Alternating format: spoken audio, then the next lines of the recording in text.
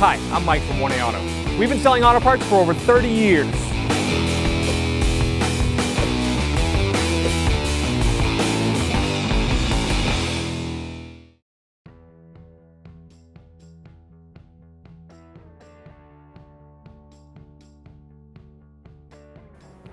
What's up, guys? Here we have a 2014 Nissan Versa we're going to be working on today. If you need any parts for your vehicle, check out 1aauto.com.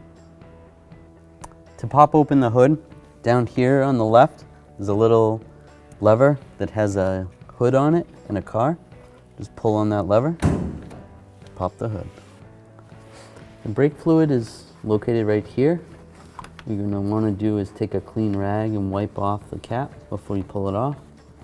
You can check the fluid level. There's a max line and a min line. You can give the reservoir a little shake to see where the fluid level is.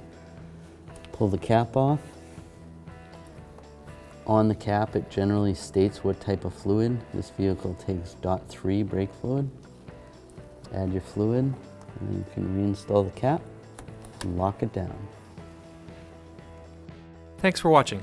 Visit us at 1aauto.com for quality auto parts, fast and free shipping, and the best customer service in the industry.